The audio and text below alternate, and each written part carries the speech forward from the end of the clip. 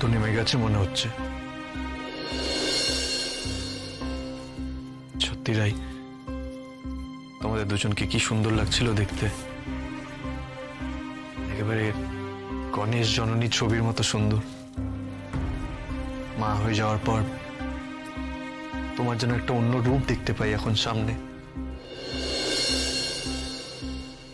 কোথায় যাচ্ছ? তুমি এখানে একটু বসবে প্লিজ? বসছি, কিন্তু তুমি কোথায় যাবে? আমি স্রোতকে একটা ফোন করব। কোর্টে আজকে কি হলো, কোথায় আছে এখন এসব জানতে। রোদকে ফোন করবে, ঠিক আছে করো, কিন্তু সে কথাগুলো আমার সামনে বলা যায় না। আমি ওর সঙ্গে যে কথাগুলো বলবো, যার সম্পর্কে বলবো, সেগুলো শুনতে তোমার ভালো লাগবে না।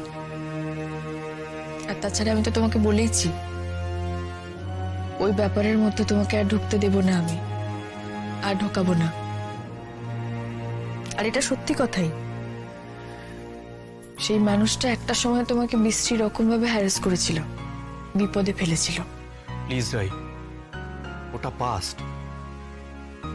আর এখন তুমি আরো অন্য অনেক কাজ করেছো বা করছো, যেটা আমার ভালো না লাগার কারণ।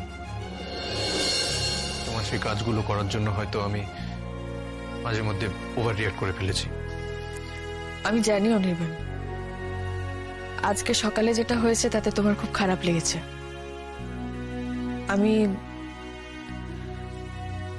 আমি একটু বাড়াবাড়ি রকমের রিঅ্যাক্ট করেছি। আমি সরিও বলেছি ওকে।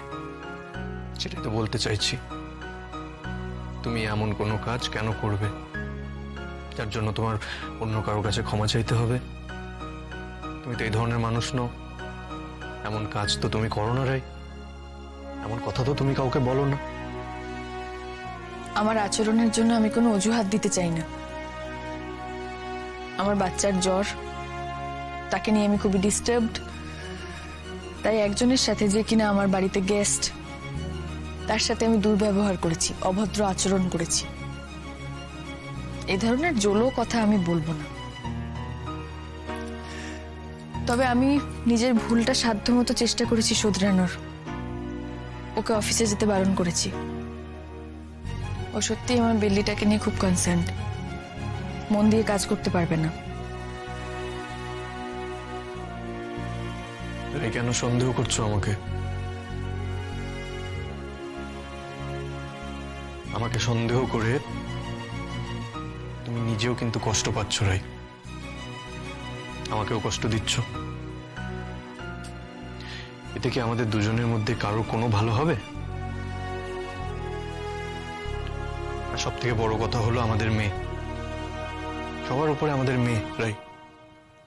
আমাদের দুজনের ভুল বোঝাবুঝির জন্য যদি সব থেকে বেশি সাফার কেউ করে, তাহলে সেটা